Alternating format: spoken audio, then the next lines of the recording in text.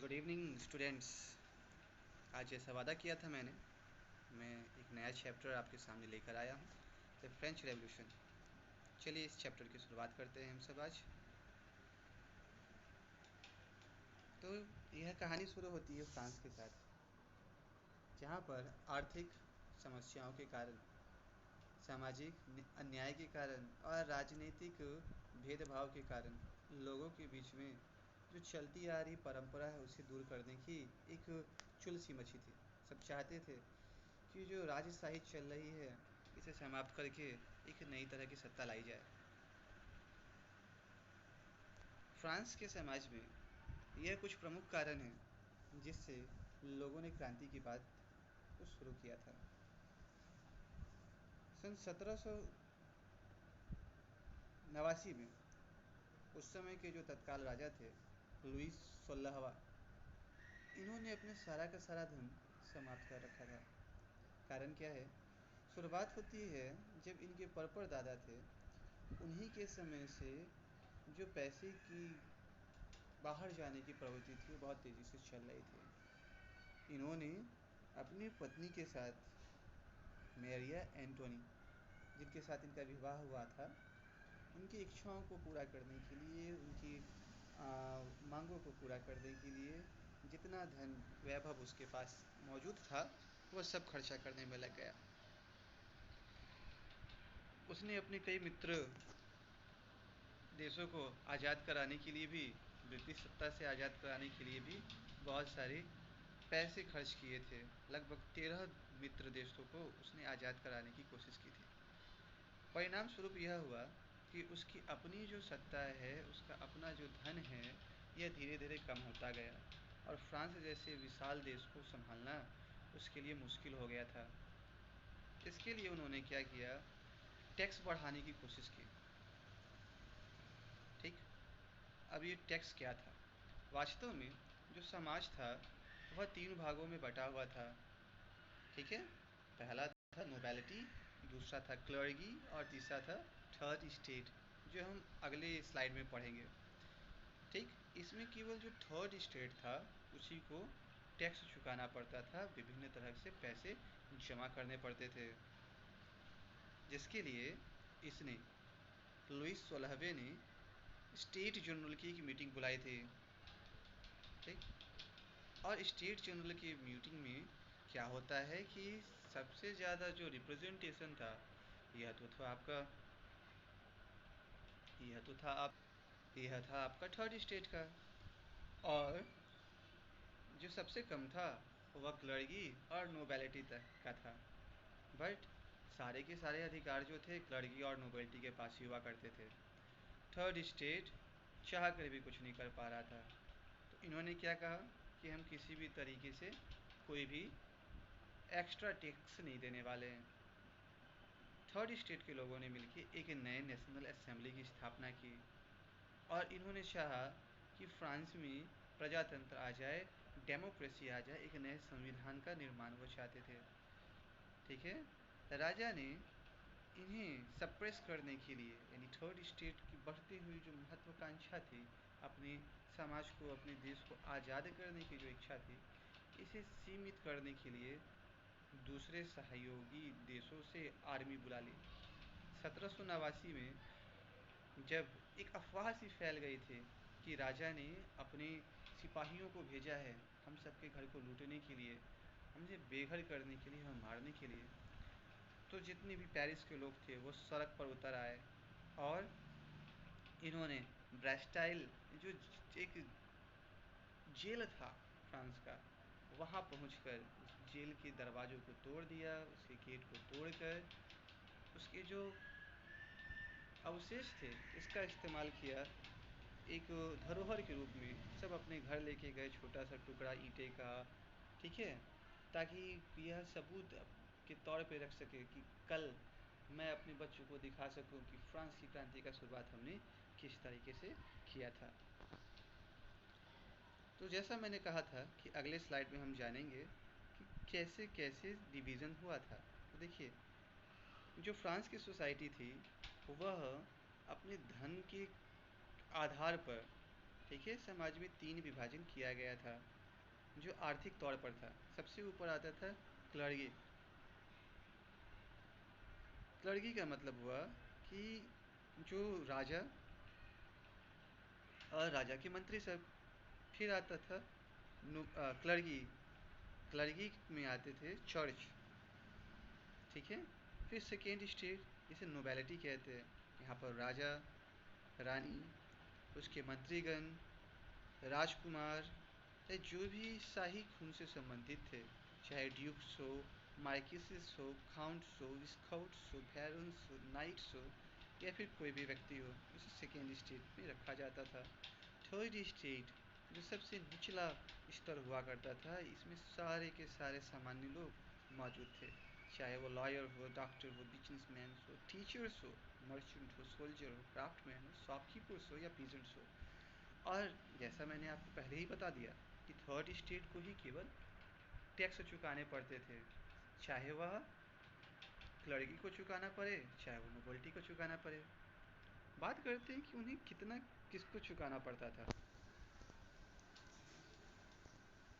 तो बच्चों, इन्हें टेथिस और टेलिस 10वां हिस्सा और 40% हिस्सा अपनी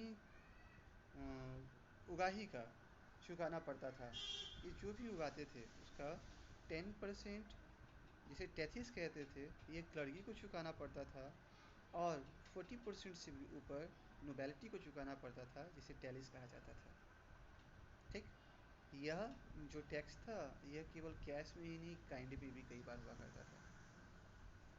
अब जानते हैं कि शुरुआत कैसे होती है। ओल्ड रिगाइम करके सबसे पहले यहाँ पर एक राजनीतिक व्यवस्था हुआ करती थी। अच्छा, फ्रांस की जब हम बात करते हैं तो यहाँ पर राजनीतिक व्यवस्था 3 बार बदली गई। पहले थे ओल्ड रिगाइम, फिर आया स्टेट जनरल, और तीसरा आता है आपका कॉन्स्टिट्यूशन, जिसे हम आगे पढ़ते हैं। ओल्ड रिगाइम के अंदर हम देखते हैं बहुत सारा फ्यूडल सोसाइटी था। ठीक है। यहाँ सबसे पहले व्यक्ति को ऊंचा का दर्जा दिया जाता था अपने जन्म के अधिकार पर। उसको पॉलिटिकल राइट्स ज़्यादा मिलते थे, इकोनॉमिकल प्रिविलेज जैसा मिलता था, जो या फर्स्ट स्टेज का हो या सेकेंड स्टेज का हो। फर्स्ट स्टेज में कौन लोग आते थे? वो सभी व्यक्ति जो रोमन कैथोलिक क्लर्गी में हुआ करते थे। यह छोटे छोटे शहरों के पुजारी हो सकते थे, और यह बिशप्स हो सकते थे, जो पूरे आबादी का मात्र 1% मौजूद था। बिशप या आर्च बिशप की बात करें तो ये बहुत ज़्यादा धनी हुआ करते थे, ताकतवर थे, और इन्हीं के पास सारा का सारा सम्मान मौजूद था। ठीक। और इन्हीं लोगों को माना जाता था कि इनका जन्म बहुत ज़्यादा पवित्र हुआ है। जो छोटे मोटे क्लर्क थे, इन सबको इतना सुविधा नहीं मिला करता था। फ्रेंच पीपल, फ्रांस के पीपल को 10% इनकम चर्च को चुकाना पड़ता था, इसे टेथिस कहते हैं। और बाकी जो है, यह बिशप, कैथेड्रल्स और एक्सपेंसिव वर्क्स के तौर पे इन्हें चुकाना पड़ता था। ज़्यादातर लोग जो थे, उनको इस टैक्स से कोई फ़ायदा देखने को नहीं मिलता था। स्टेट जनरल की जो मीटिंग बैठाई गई थी चार्ल्स 16 के द्वारा, उसका मुख्य उद्देश्य था टैक्सेस को बढ़ा देना।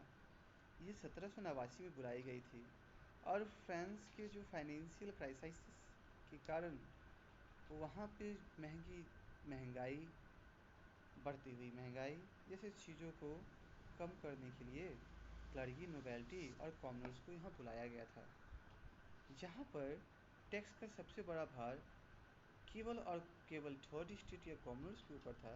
इसलिए उन्हें बहुत समस्याओं का सामना करना पड़ा, और उन्होंने इसे अस्वीकार कर दिया। अस्वीकार करने के बाद सभी ने मिलकर कुछ ही महीनों बाद टेनिस कोर्ट में एक शपथ ग्रहण किया। इन्होंने जब स्टेट जनरल की मीटिंग को अस्वीकार कर दिया था, तो थर्ड स्टेट के लोगों ने मिलकर एक मीटिंग रखी थी, और इन्होंने कहा था कि हम इस राजतंत्र को जड़ से उखाड़ के रहेंगे। जिसके लिए 14 जुलाई 1789 को जितने भी पेरिस के लोग थे ये सड़कों पे उतर आते हैं और ब्रेस्टाइल पर हमला कर देते हैं। वही ब्रेस्टाइल जो कि रॉयल ट्रेनी का एक चिन्ह सा था, जो दिखा रहा था कि राजा कितना तानाशाह है। इसे तोड़कर यह साबित करना चाहते थे कि हम राजा का तानाशाही अब नहीं सहेंगे। लोगों ने मिलकर डिक्लेरेशन ऑफ राइट की मांग आखिरकार पूरी करवा ही दी।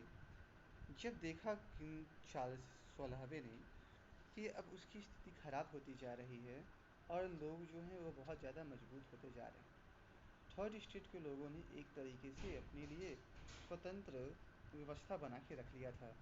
अब उसी व्यवस्था को पूरा करने के लिए और अपनी सत्ता को गंवाने से बचाने के लिए किंग चार्ल्स ने declaration of right of man end of the citizen लागू किया, जो अगस्त 1789 में लाया गया था, जिसमें लोगों को फंडामेंटल राइट्स दिए गए और सभी लोगों को अधिकार दिया जाने लगा था। लेकिन इसमें एक छोटी सी चूक थी। यहाँ पर वोट देने का अधिकार एक्सक्लूसिव कर दिया गया था, केवल एक्टिव मेंबर्स दे सकते थे, पैसिव मेंबर्स नहीं। और आखिर ये एक्टिव और पैसिव है क्या? एक्टिव मेंबर्स वो हुआ करते थे जो कि अपनी दैनिक आय का तकरीबन 3 दिन जो उन्होंने कमाया उसके बराबर का खर्चा टैक्स के तौर पे दे सकते थे, उसे एक्टिव कहा जाता था। और जो पैसिव होते थे वह यह करने में असक्षम थे। इसके अलावा जो बौद्धिक रूप से कमज़ोर हैं, जो गरीब हैं और जो महिलाएं हैं उन्हें वोट देने का अधिकार नहीं दिया जा रहा था। तो क्या फ़ायदा है ऐसे राइट ऑफ मैन का? लोगों ने इसे भी अस्वीकार कर दिया। इसके बाद रॉबर्ट रॉबर्ट्सबेरी की बात आती है। रॉबर्ट्सबेरी एक रेडिकल लीडर था जिसने जैसे ही सत्ता को अपने कब्जा में कर लिया और लुईस 16वें को जब गद्दी से हटा दिया, तब इसने चुन चुन कर नोबेल्टी और क्लर्की के लोगों को अपना निशाना बनाना शुरू किया और हर उस व्यक्ति को अपना शत्रु मानने लगा था जो कि इसकी सत्ता को अस्वीकार करता था। हजारों हजारों की संख्या में लोगों को जान से मार डाला गया और जो भी उसके रास्ते में आता था उसे फांसी चढ़ा दी जाती थी, जिसकी शुरुआत राजभवन से ही हुई थी। अंत में 1794 में लुईस 16वां और उसकी पत्नी दोनों को पकड़ लिया गया और लुईस 16वें की पत्नी को और लुईस 16वें को गर्दन काट कर उनकी सत्ता को समाप्त कर दिया गया था। उनकी सत्ता भी समाप्त हुई ही थी, लेकिन यहाँ पर जो निर्माण हुआ, ठीक है, जिसे हम कहते हैं डायरेक्टरेट का। डायरेक्टरेट उन लोगों का एक समूह था जो कि रॉबर्ट्सबेरी के द्वारा चुने गए थे। यहाँ डायरेक्टरेट्स जो हुआ करते थे यह या तो नोबेल्टी या क्लर्की के लोग होते और यही सारा का सारा एक्सक्लूसिव राइट अपने पास रखते थे। और जिस चीज़ से इन्हें आज़ादी दिलाने के लिए रॉबर्ट्सबेरी ने काम किया था वही कार्य दोबारा से होने लगा। ठीक है, अब इन सब की तानाशाही को देखते हुए सन 1785 में एक नया युवा फ्रांस के इतिहास में सामने आता है। ठीक है, और धीरे धीरे पावर जो था वह अपने कब्जे में ले लेता है। 1785 के बाद से इसका जो सिलसिला शुरू हुआ था वह 1804 में जाकर समाप्त होता है। और यहाँ पर यह युवा जिसका नाम था नेपोलियन बोनापार्ट, उसने अपने आप को आज़ाद फ्रांस का राजा घोषित किया, यह कहते हुए कि वो जितने भी कुकर्म किए गए हैं फ्रांस की पुरानी सरकार के द्वारा वो सारे के सारे दूर कर देगा। जितनी भी अनियमितता है, चाहे वह करेंसी की समस्या हो, चाहे वह भाषा की समस्या हो, चाहे वह रिसोर्सेज की समस्या हो, उन सबको यह ख़त्म कर देगा। यह सभी को नौकरी देगा, ये सभी को अपनी ज़मीन पर अधिकार देगा और इस तरीके से यह सत्य में आ जाता है। तो फ्रांस की क्रांति अंत में हमें देती क्या है? तो देखिए, यहाँ हमने देखा पहली बार कि दुनिया में किसी देश ने नहीं, देश के नागरिकों ने अपने राजा का विरोध किया था। इन्होंने जाना कि भूमि हमारी है, यहाँ पर उगाने वाले संसाधन हमारे हैं, खेत से उगने वाला अनाज हमारा है, तो ये दूसरों का कैसे हो सकता है? हम क्यों उनको टैक्स दें? और इसके बदले उन्हें कुछ मिल भी नहीं रहा था। ज़मीन उसकी, थर्ड स्टेट की बात कर रहा हूँ, ज़मीन उनकी, कर्ज वही दे रहे हैं, ठीक है, टैक्स भी वही चुका रहे हैं, रेवेन्यू भी इन्हीं को भरना पड़ रहा है, और बिना कुछ किए नोबेलिटी और क्लर्की पूरा का पूरा फ़ायदा उठा रहे हैं। तो यह पहली बार था कि दुनिया में किसी देश के लोगों ने मिलकर अपने देश को मॉडर्न बनाने के लिए, डेमोक्रेटिक बनाने के लिए, सिटीजन्स राइट के लिए, ह्यूमन राइट के लिए खुलकर बाहर आने का शौर्य दिखाया था, धैर्य दिखाया था। और आज पूरी दुनिया में जहाँ भी हम क्रांति की बात देखते हैं, जो भी देश आज़ाद हुआ है फ्रांस के बाद, उन सब का वास्तव में कहीं ना कहीं फ्रांस के इस गौरवमयी इतिहास से संबंध है। चाहे हम भारत की ही बात क्यों ना करें, राजा राममोहन राय जैसे लोगों ने फ्रांस की इस क्रांति को ही पढ़ के भारत में क्रांति लाने की नींव रखी थी। Thank you for watching. For more knowledge on different topics such like this, please do subscribe my channel Language with Shiv Shakti sir.